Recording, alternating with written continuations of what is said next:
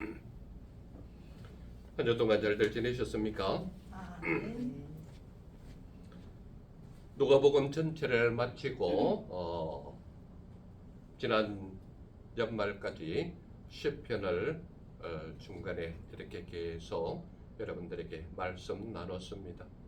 그래서 시편 10편을 통해서 우리가 하나님 안에서 정말 우리가 어떻게 살아야 하는지를 깨닫게 하시는 말씀으로 우리가 같이 했습니다. 이제 새해를 들어서 사도행전 이제 시작이 되는데요. 저와 함께 약속했던 누가복음과 사도행전인데, 누가복음은 복음의 역사가 시작됐다면 사도행전은 성령 하나님의 역사심이 나타나는 기간입니다. 그래서 교회가 언제 탄생했느냐? 사도행전에서부터 교회가 탄생된 겁니다. 그래서 사도행전을 뭐라고 얘기하느냐? 교회 행전이라고도 이야기하고 성령 행전이라고도 이야기합니다. 그래서 사도행전 전체를 다 들었는데 불도 없고 성령 충만함이 없다. 말씀이 잘못 전해졌거나 말씀을 받아들이지 못했거나 무언가는 일이 일어납니다. 그래서 지금까지 누가복음, 쉽게 이야기하면 누가라는 저자가 성경을 기록했는데 누가복음 상편은 누가복음 전체고 누가복음 하편은 사도행전입니다. 그래서 상하권은 복음의 역사가 누가복음에 기록되었다면 이제는 교회의 역사가 사도행전에서부터 시작됩니다. 그렇다면 교회가 탄생되어지는 그 과정에 가장 중요한 것이 뭐냐? 성령의 역사입니다. 그래서 사도행전 전체를 뭐라고 얘기하느냐? 성령행전 또는 교회행전, 이렇게 얘기를 하는 겁니다. 그래서 사도행전은 무엇이냐? 성령 충만함을 받지 못하면 이 말씀보다 지겨운 말씀이 없습니다. 그러나 기도하고 성령의 충만함을 받은 사람은 뜨거워서 견딜 수 없는 내용이 바로 사도행전입니다. 그래서 이 사도행전 전체를 다루는 목회자가 별로 없습니다. 있다면 어떤 사람이냐? 정말 하나님께 사로잡힌 사람 아니면 사도행전을 함부로 전할 수가 없습니다. 그래서 저는 올해부터 사도행전 1장을 시작해서 전체를 진행을 할 텐데요. 이 안에 여러분들이 타서 죽든 제가 타서 죽든 뭔가는 내 개인이 죽어서 하나님께서 기뻐하시는 역사적인 능력이 나타나는 것이 사도행전입니다. 아예 나는 탈 준비가 안 돼 있다, 타기 싫다, 하나님의 은혜 받기 싫다, 그러면 아예 안 들어도 됩니다. 이거는 제가 자신 있게 공부하는 겁니다. 그래서 사도행전 전체를 다 들었음에도 불구하고 여전히 냉랭하다, 하나님께 여전히 냉담하다, 그렇다면 자기 자신을 다시 한번 돌아보시기를 바랍니다. 이미 누가복음에도 여러분들 복음의 역사가 진행됐는데 복음의 역사를 전체 들었음에도 아무런 반응이 없다. 굉장히 심각한 것이거든요. 그렇다면 여러분들은 상권을 들었으니까 이제는 마무리 학원에서 여러분들이 내 인생에 확답을 얻든지 아니면 여전히 내 마음대로 살든지 여러분들이 선택을 해야 될 겁니다. 그래서 오늘 사도행전 1장 1절에서 5절까지 말씀 속에는 가장 핵심적인 구절이 바로 5절에 있습니다. 5절 말씀 우리 다 같이 한번 읽어보겠습니다. 시작. 요한은 물로 세례를 베풀었으나 너희는 몇 날이 못되어 성령으로 세례를 받으리라 하셨느니라. 그러니까 너희는 조금 있으면 성령으로 세례 받을 거야, 이 말입니다. 그래서 오늘 제목이 무엇으로 잡혀 있습니까? 성령 세례입니다. 성령 세례. 성령 세례가 무엇인지 혹시 아십니까? 성령 세례. 예수님은 요한에게 물가에서 세례 받았지 않습니까? 물로 세례를 받았습니다. 물로를 세례를 받았는데 어떤 현상이 일어났죠? 하늘에서 문이 열리고 성령이 비둘기같이 임해서 이는 내 사랑하는 아들이라 라는 역사가 일어났지 않습니까? 하나님께 전적으로 자기 자신을 맡기는 것이 세례입니다. 그래서 세례에는 두 가지 의미가 있는데요.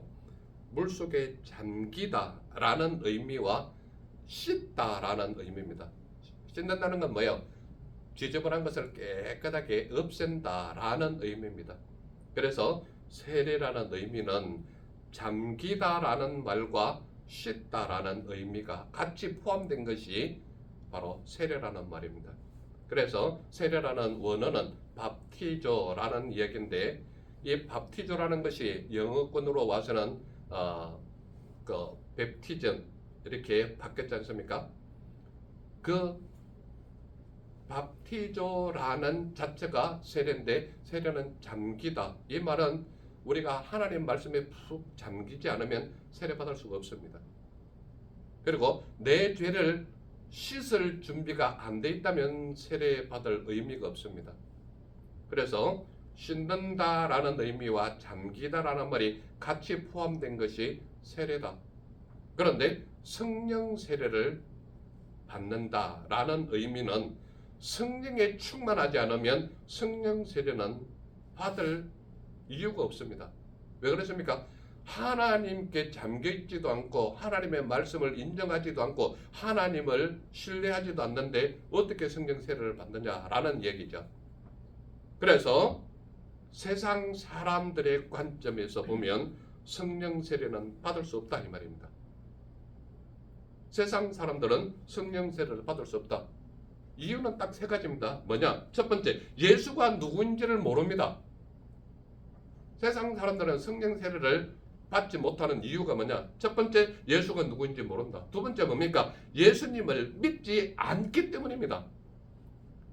첫 번째가 예수님이 누군지 모릅니다. 두 번째는 예수님을 믿지 않는다는 얘기입니다. 그렇다면 세 번째는 뭡니까? 예배하면서도 예수님을 인정하지 않는 사람은 성령 세례가 왔다가 도로 돌아갑니다. 이 의미가 무엇인지 하나님 말씀 듣는 사람은 분명한 통찰력이 있어야 됩니다. 이것이 없이는 하나님을 예배한다 할지라도 그 사람의 예배는 하나님이 안 받으신다는 얘기입니다. 그것은 제가 가르치는 게 아니고 성경이 그렇게 가르치지 않습니까? 하나님 앞에 나와서 자기 죄를 회개하지 않는 자, 하나님의 말씀대로 살지 않는 자, 하나님을 대적하는 자, 이런 자는 그 예배는 안 받으시겠다고 그러잖아요. 하나님께서.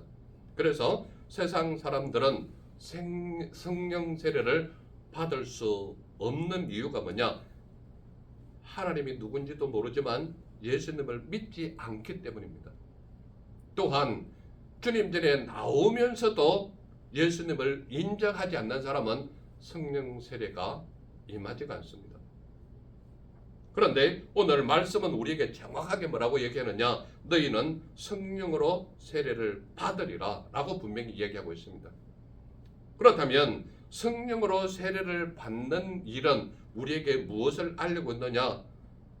하나님께서, 예수님께서 가장 강하게 얘기한 게 뭐냐면 하나님 나라의 일을 말씀하셨다라고 말하고 있습니다. 3절 다 같이 한번 읽어볼까요? 3절 다 같이 시작. 그가 고난 받으신 후에 또한 그들에게 확실한 많은 증거로 신이 살아계심을 나타내사 40일 동안 그들에게 보이시며 하나님 나라의 일을 말씀하시니라. 그러니까 하나님 나라의 일을 누가 말씀하신 거예요? 예수님이 말씀하신 거예요. 언제? 부활하시고 나서. 그렇지 않습니까? 그러니까 1절에서 3절까지는 무엇을 이야기하는가 하면 1절 보세요. 데오빌로여 내가 먼저 쓴 글에는 무릇 예수께서 행하심에 가르치시기를 시작하신부터 라고 말하고 있죠. 자, 데오빌로가 여기에만 나옵니까? 다른 곳에서 나옵니까? 누가복음 우리 한 번만 찾아봅시다. 누가복음 1장 3절 한번 찾아보겠습니다. 누가복음 1장 3절.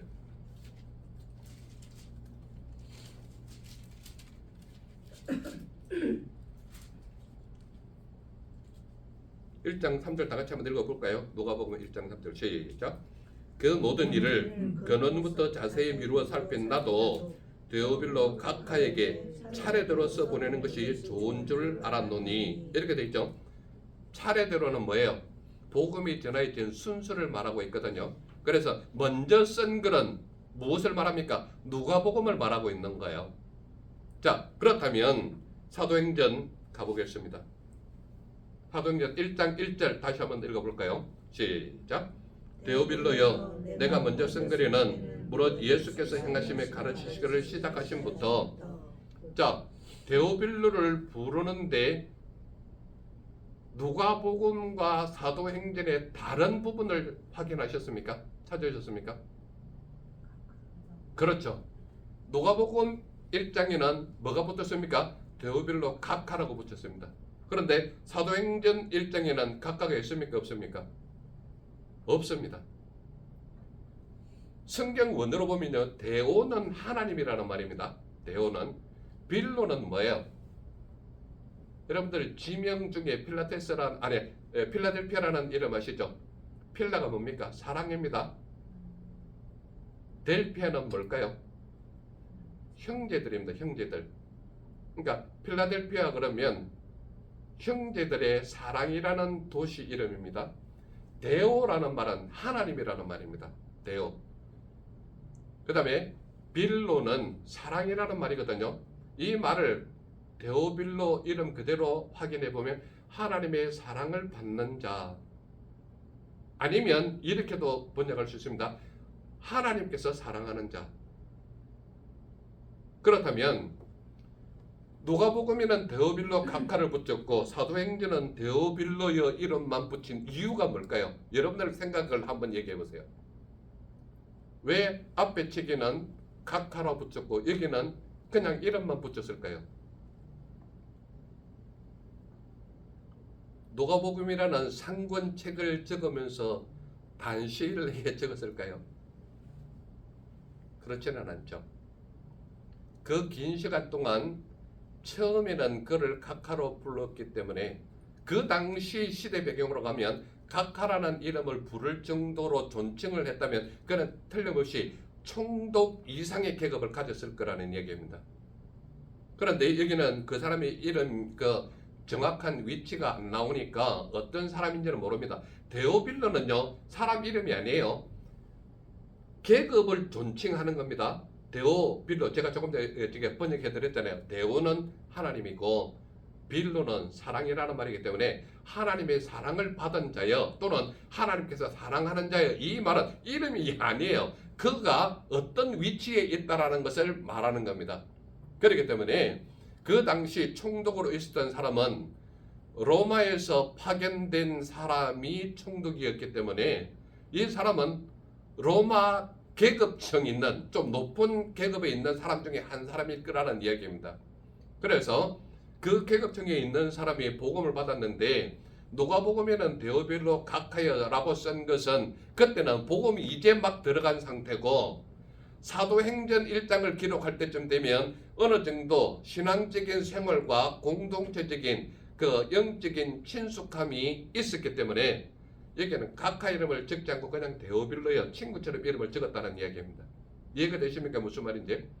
그래서 데오빌로여 내가 먼저 쓴 글에는 하는 말은 먼저 쓴 것은 누가복음을 이야기한다는 얘기입니다. 그래서 복음의 역사를 기록한 그것을 데오빌로에게 알렸다면 이제는 무엇입니까?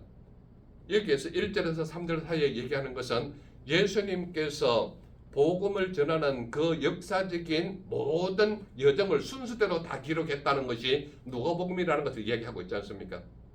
그래서 그 책에 그렇게 기록된 것은 예수님으로 시작됐다. 그러면서 예수님이 승천하시기까지 상권에 적었다. 누가복음에 이 말입니다. 그렇다면 예수님이 돌아가신 이후 일어난 사건이 사도행전 시작이다라는 것을 말하고 있다는 얘기입니다. 그래서 이때부터 3절에 보면 그가 고난받으신 후에 또한 그들에게 확실한 많은 증거로 하면서 맨 끝에 뭐라고 얘기하느냐, 하나님 나라의 일을 말씀하시니라 이렇게 얘기했다는 얘기입니다. 그러니까 예수님께서 제자들에게 가르치신, 즉 말하자면 부활 후에 다시 제자들에게 보이시면서 40일 동안 살아계시면서 제자들에게 가르칠 때에 뭐에 집중했다는가요? 하나님 나라의 일에 대해서 가르쳤다고 얘기하는 겁니다. 저를 따라오고 계시지요? 그래서 부활하신 후 성천하시는데 성천하시기 전 40일, 즉 말하자면 죽음에서 다시 부활하셔서 40여일 동안 제자들하고 있으면서 전했던 말이 1절에서 3절까지 사이에 있는데 예수님께서 특별히 말씀하신 것이 무엇이냐? 하나님 나라의 일에 대해서 말씀하셨다는 얘기입니다. 이해가 되십니까? 그래서 하나님 나라의 일을 말씀하셨다 그랬는데 거기에 누가가 이야기하는 것처럼 내가 먼저 쓴 글에는 예수께서 성천하신 날까지 일을 기록했다. 어디에? 누가복음에. 그러면서 그 순서가 뭐라고 이야기하느냐? 예수께서 가르치시기 시작할 때부터 택하신 사도들에게 성령으로 명하신 것이다 하면서 데오빌로여라고 말하는 게 데오빌로 각하가 빼버린, 즉 말하자면 이제는 친숙한 신앙의 친구처럼 형제처럼 여겨지는 그 데오빌로에게 이제는 예수님께서 부활하신 그 이후부터의 역사를 기록하고 있다. 이것을 이제 이야기하는 겁니다. 그래서 이 책이 어떤 책이었느냐? 하나님 나라의 일을 말씀하시는 책인데 그들에게 확실한 많은 증거로 친히 살아계심을 나타내셨다는 이야기입니다. 언제? 예수님께서 부활하시고 난 후에 40일 동안 제자들에게 확실한 증거로 했다는 것은 예수님께서 부활하신 후에 베드로에게 무엇을 보였습니까? 베드로가 그 갈릴리 호숫가에서 고개를 잡고 있으니까 여기 생선 어떻게 있느냐 그랬더니 제가 잡아온 곳 있다 그랬더니 몇 마리 달라고 그래가지고 거기서 구워 먹는 그 내용까지도 나오지 않습니까? 그러니까 예수님은 제자들에게 살아계시는데 영으로도 살아나셨지만 육으로도 살아나신 모습을 친히 보이시지 않았습니까? 그리고 가장 중요한 것은 도마가 예수님께서 그 창자욱말 카카의 가슴에 찔린 창자욱을 보이지 않으면 나는 믿지 않겠다 그랬더니 예수님께서 도마를 만나서 어떻게 얘기합니까? 이리 와라, 봐라. 도마가 봤습니까? 안 봤습니까?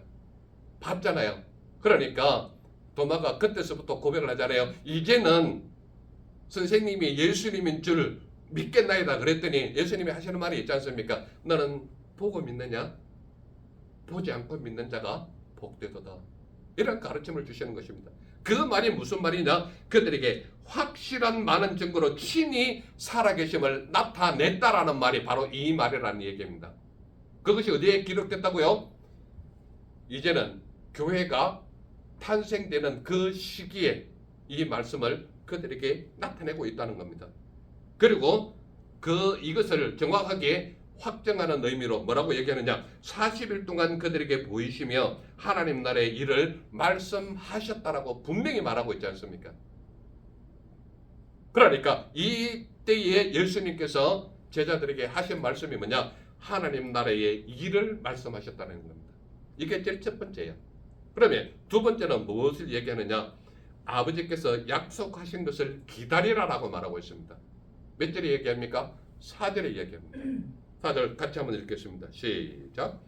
사도와 함께 모이사 그들에게 분부하여 이르시되 예루살렘을 떠나지 말고 내게서 들은 바 아버지께서 약속하신 것을 기다리라. 이게 바로 두 번째 관점으로 우리에게 보여주시는 것이다. 첫 번째 관점은 예수님은 하나님 나라의 일을 말씀하셨다. 두 번째 관점은 아버지께서 약속하신 것을 기다리라는 거예요. 어디서? 예루살렘에서. 뭐라고 얘기합니까? 예루살렘을 떠나지 말라고 얘기하잖아요. 오늘날 예루살렘은 어디입니까? 하나님의 말씀을 전하는 교회가 예루살렘입니다. 그래서 그 예루살렘을 떠나지 말라고 얘기하는 것은 사도들이 모이는 곳, 사도들이 가르치는 곳, 사도들이 하나님을 만나는 곳이 어디입니까? 교회잖아요. 그러니까 하나님의 말씀을 받아들인 자, 하나님을 믿는 자, 하나님의 가르침을 따르고자 하는 자는 어디를 떠나지 말라는 이야기예요? 성전을 떠나지 말라는 이야기예요. 오늘날 성전이 어디입니까? 교회잖아요. 여러분들, 교회는 예배만 하기 위해서 필요한 곳이 아닙니다. 하나님의 말씀을 끊임없이 공부하고 하나님이 가르치는 방법대로 훈련해야 되고 하나님을 만나기 위해서 간구하는, 기도하는 곳이 하나님은 내 집이라고 말하고 있지 않습니까? 그래서 아버지께서 약속하신 것을 기다리라고 말하는 것은, 사도와 함께 모여서 그들에게 분부하여 이르는 것은 예루살렘을 떠나지 말라는 얘기입니다. 오늘날 믿음을 가진 사람들은 예배 외에는 교회에 오는 일이 없는 것이 당연한 건 줄 안단 말이에요. 그게 얼마나 미련하고 잘못된 것인가를 여기서 가르치고 있잖아요. 하나님의 성전은 당연히 예배는 아주 기본 중에 기본이지만 그 예배마저도 빠진다면 그거는 기본마저도 안 지키는 것이거든요. 그래서 하나님을 믿는 믿음의 사람은 말씀을 온전히 알지 못하면 내가 얼마나 잘못된 삶을 살고 있는지를 깨달을 기회가 없어지는 거예요. 그래서 아버지께서 약속하신 것을 기다리라고 말하는 것은 첫 번째로 언급하는 게 뭐냐? 사도와 함께 모이사 그들에게 분부하여 이르셨다라고 말하고 있는 겁니다. 분부는 뭐예요? 고급적인 표현으로 분부고 이것은 명령입니다. 그렇지 않습니까? 하나님께서 이르셨다, 예수님께서 이르셨다라고 말하는 것은 하나님의 말씀은 너희들이 지켜야 돼, 이 말이지 너가 맘대로 해, 이 말이 아니거든요. 그렇지 않습니까? 그래서 여기서 사도와 함께 모이사 그들에게 분부하여 이르셨다라는 것은 예수님의 명령하심과 동일한 문맥으로 봐야 된다는 얘기입니다. 그래서 예수님은 뭐라고 간절히 강구하느냐? 예루살렘을 떠나지 말라고 얘기합니다. 예루살렘을 떠나지 말라. 그렇다면 오늘날 직장을 가지고 일하는 사람은 어떻게 해야 됩니까? 여러분들 간단합니다. 직장에 가서 내가 생활할 때에 예수 그리스도님이 이때 어떻게 했을까라는 질문을 자기 자신에게 해야 되는 겁니다. 내가 학생을 가르치는 위치에 있다면 학생을 가르칠 때 예수님이라는 이들을 어떻게 가르칠까라는 생각을 해야 된다는 얘기입니다.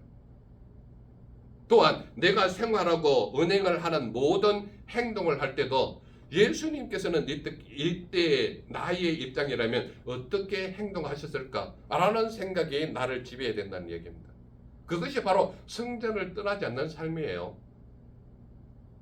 말씀이 나를 지배한다는 것은 무엇인가 하면 예수님께서 가르친 그 말씀이 내 삶의 일부가 되어서 내가 무엇을 결정하고 무엇을 행동하고 무엇을 말해야 할 그때에 예수님께서라면 어떻게 말할까? 예수님이라면 어떻게 결정했을까? 예수님이라면 이때 어떤 말을 하셨을까? 이것이 내 삶을 지배할 때에 예루살렘을 떠나지 않는 삶이 그의 삶이 된다는 얘기입니다. 그래서 예루살렘을 떠나지 말라라고 얘기하는 것은 그 당시 성전은 삶의 터전이고 하나님을 만나는 장소고 하나님께 기도하는 장소였거든요. 그러므로 일상생활 속에 있을 때 예루살렘을 떠나지 않는 가장 좋은 방법은 뭐냐? 이때 즉 말하자면 내가 모든 상황을 처리하고 일하는 그때에 예수님이라면 어떻게 할까? 라는 생각이 내 삶을 지배해야 된다는 얘기입니다. 그러한 사람이 바로 예루살렘을 떠나지 않는 삶이라는 얘기입니다. 그러면서 예수님께서 간절히 부탁하는 게 뭡니까? 내게서 들은 바 아버지께서 약속하신 것을 기다리라, 이 말입니다. 하나님 아버지께서 우리에게 무엇을 약속하셨습니까? 성령 충만함을 받으라라는 것이 아버지의 의도입니다. 그래서 여기서 내게서 들은 바 아버지께서 약속하신 것을 기다리라 라는 것은 하나님의 음성이 들려올 때에 또는 하나님의 역사심이 어떻게 이루어질 것인가 또는 하나님이 나를 어떻게 이끌어 가실 것인가 그 말씀이 들려올 때까지 기다리라는 이야기입니다. 그러나 많은 사람들은 그것을 기다리기보다 자기 소견이 우선이죠. 왜 그렇습니까? 내 삶이 당장 발에 떨어진 불처럼 급하거든요. 그러니 모든 것을 내가 결정하려고 하는 거예요. 그러나 믿음의 사람은 누구에게 먼저 여쭤보라는 거예요? 하나님께 여쭤보라는 거예요. 제가 설교 시간에도 가끔 얘기하지 않습니까? 모든 사람들이 세상의 결정을 다 하고 나서 목회자 와가지고 목회자에게 와서 이렇게 됐습니다. 기도 좀 해주십시오. 시작하기 전에 이야기했죠. 하나님은 항상 우리에게 요구하는 것이 무엇이냐? 너의 삶의 우선순위가 뭐냐? 라는 것을 묻는 겁니다. 근데 많은 사람은 이미 다 결정하고 다 끝나고 나서 목사님 오셔서 기도만 좀 해주십시오. 그러니까 자기 소견이 먼저냐 하나님이 우선이냐는 그 사람의 삶의 행동과 삶의 결정권이 어디에 있느냐 확인해 보면 알 수 있다는 얘기입니다. 그래서 예수님은 4절에 뭐라고 간곡히 부탁하느냐? 아버지께서 약속하신 것을 기다리라는 거예요. 세 번째는 뭐라고 얘기합니까? 세 번째 관점 5절입니다. 5절에 보면 너희는 성령으로 세례를 받으리라 라는 말을 하고 있습니다. 성령으로 세례를 받는다는 것은요, 물로 세례를 받은 자의 삶을 통해서 알 수 있는 것이 성령 세례를 받았느냐 아니냐 저절로 드러납니다. 왜 그렇습니까? 물로 세례를 받은 사람의 삶 속에서 예수 그리스도의 삶이 그의 삶으로 드러날 때에 성령 세례가 이미 시작된 겁니다. 그런데 예수님을 믿는다 그러면서 세례도 이미 받았으면서도 예수 그리스도의 흔적이 보이지 않거나 예수 그리스도의 가르침이 나타나지 않거나 하나님께서 율법처럼 지키라고 말하는 것도 지키지 않는다. 세례 받은 자로서는 엄청난 실수를 하고 있는 거죠. 그의 삶 자체가 잘못되어 가고 있다는 것을 성령 세례가 증명하고 있지 않습니까? 그렇기 때문에 너희는 성령으로 세례를 받으리라 라고 말하는 것은 순서를 먼저 언급합니다. 요한은 물로 세례를 베풀었다라고 먼저 얘기하고 있습니다. 그래서 제가 설교 시작할 때 말씀드렸지 않습니까? 예수님은 요한에게 물로 세례를 받았지 않냐? 그것은 하나님께서 우리에게 세례를 받았다는 것은 물에 푹 잠기는 듯한 그 잠김과 죄를 씻음에 대한 씻는 의미가 세례 속에 다 포함이 되어 있다 이 말입니다. 그렇다면 물로 씻는다라는 말은 물은 모든 때를 없애주는 역할이 물이거든요. 그렇다면 세례를 받는 의미는 제가 세례 문답할 때 여기 저한테 세례 받은 분도 계시고 다른 분들은 뭐 다른 교회에서 세례를 받았을지라도 세례 문답 속에 바로 이것이 있습니다. 세례를 받기 전에 문답할 때 바로 이것을 질문하는데요. 무엇을 질문하느냐? 세례를 받은 이후 이제는 세상적으로 사는 것이 아니라 하나님의 말씀의 방법대로 살겠습니다. 이 문답이 있거든요. 거기에 여러분들 전부 다 아멘 했거나 이해했을 겁니다. 그렇지 않습니까? 그런데 세상의 방법대로 살거나 하나님의 말씀을 외면하거나 하나님이 명령했는데도 지키지 않거나 그렇다면 세례받은 자로서 하나님 앞에 거짓말의 인생을 살고 있는 거죠. 그렇지 않습니까? 그러므로 적어도 여러분들이 세례를 받았다면 세례받은 것에 대한 부끄럽지 않은 삶은 여러분들이 책임져야 하는 삶이다 이 말입니다. 그래서 너희는 성령으로 세례를 받으리라 라고 했을 때 요한은 물로 세례를 베풀었다라는 것을 먼저 언급하고 있지 않습니까? 그리고 뭐라고 얘기하느냐? 너희는 몇 날이 못되어 성령으로 세례를 받으리라 분명히 말하고 있지 않습니까? 그렇기 때문에 그 성령에 사로잡히면 어떤 것이냐? 말씀이 나를 지배해야 되는 거예요. 물론 그것보다 우선적인 것이 뭐냐? 예수 그리스도를 믿는 믿음이 철저해야 되는 거예요. 믿음이 흔들리면 모든 것이 흔들립니다. 믿음이 흔들리면 모든 결정이 잘못된 결정으로 갑니다. 믿음이 잘못되면요, 내가 결정하는 모든 것이 내 소견대로 결정하는 겁니다. 하나님이 나타나지 않아요. 내 결정이 나타나고 내 소견이 나타나는 거예요. 그렇기 때문에 예수 그리스도를 믿는 믿음이 흔들리기 시작하면 그 사람의 삶 자체는 예배도 싫고 말씀 듣기도 싫고 기도는 더더욱 싫은 거예요. 그렇다면 여러분들은 성령 세례 받기에 합당한지 아니한지는 제가 지금 말씀드린 이러한 것으로 여러분 자신을 점검해 보면 나는 성령 세례를 조만간에 받겠다 아니다가 저절로 결정이 나버리는 거죠.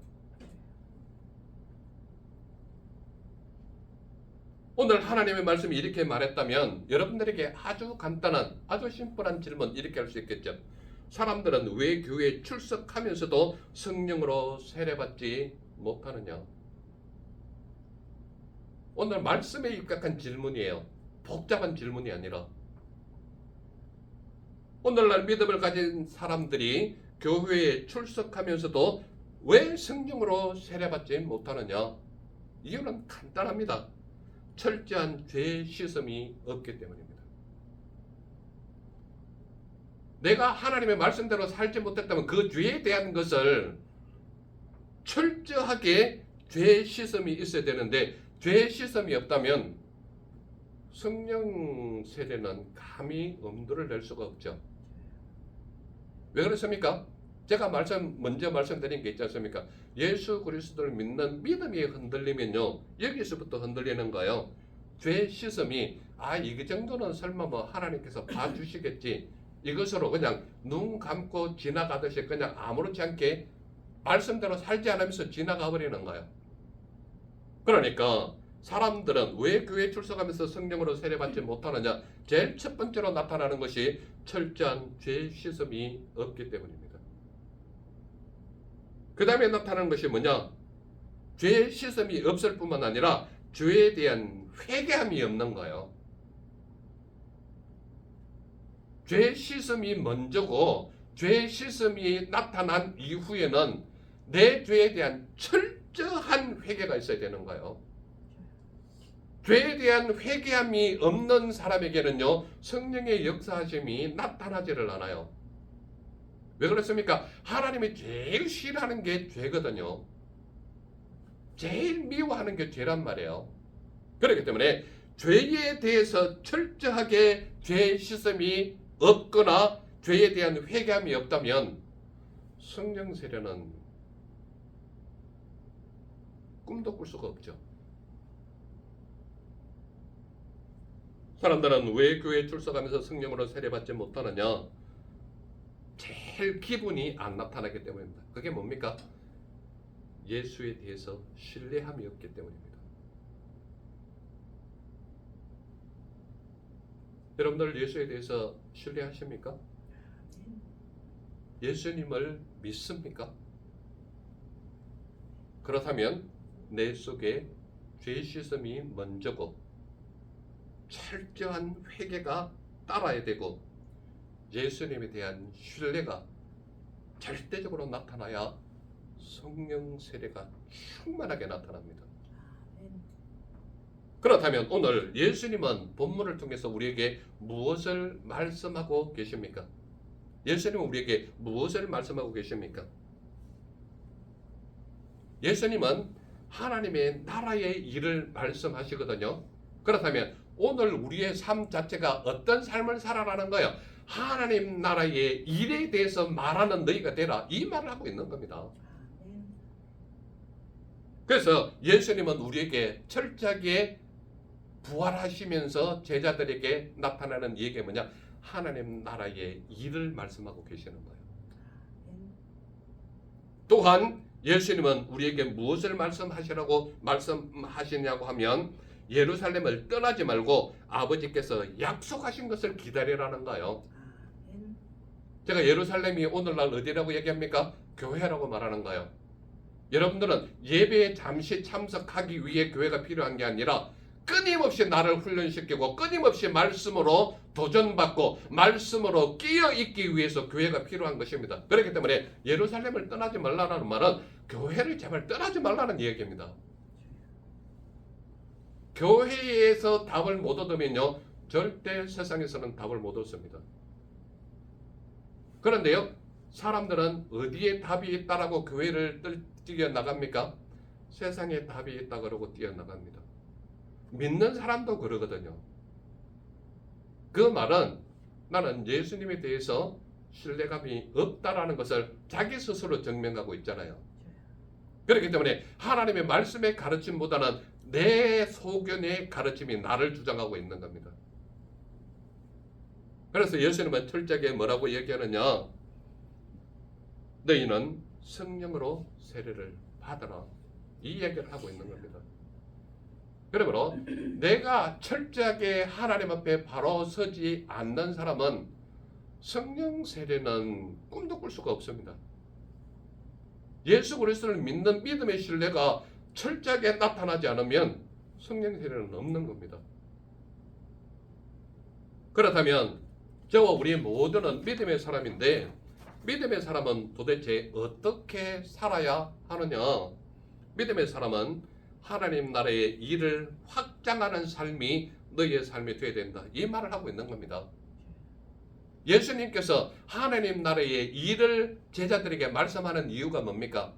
하나님 나라의 확장을 너희들이 해라라는 얘기거든요. 그렇지 않습니까?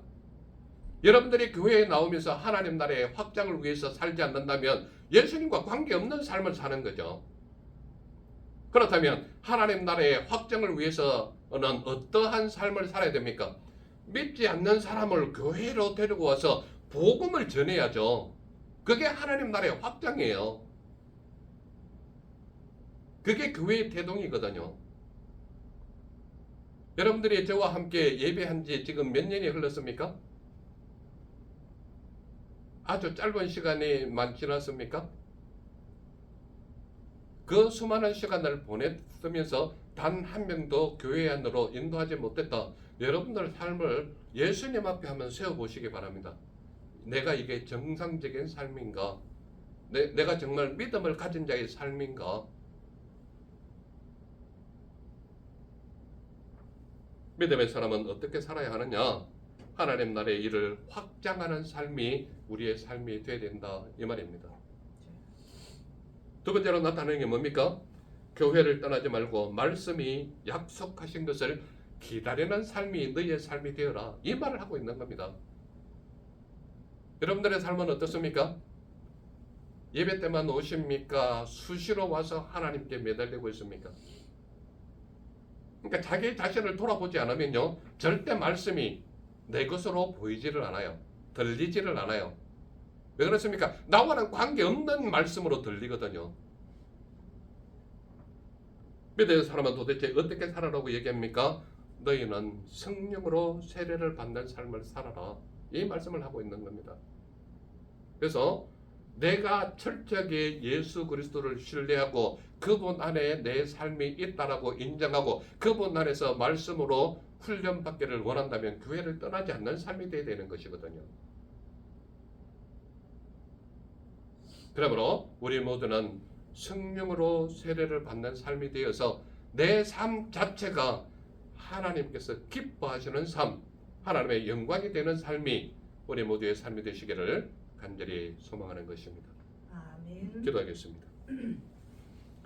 사랑하는 하나님 감사합니다. 오늘도 우리에게 성령 세례라는 말씀을 통하여 우리에게 귀한 은혜 말씀 들려주시니 감사합니다. 주님께서 기뻐하시는 믿음의 종들로 세우사 이 2026년도 새해를 맞이하는 첫 주에 하나님의 놀라신 축복하심과 은혜로심이 나타나게 하여 주셔서 올해 하나님께서 주시는 은혜와 은총과 능력으로 우리 교회가 가득하게 하옵소서. 그래요. 주님께서 기뻐하시는 믿음의 종들의 온전한 삶으로 세우셔서 세례를 받되 성령 세례를 받는 믿음의 충만한 자의 삶이 되게 하옵소서. 나를 보내신 예수님 이름으로 감사하며 기도드렸사옵나이다. 아멘.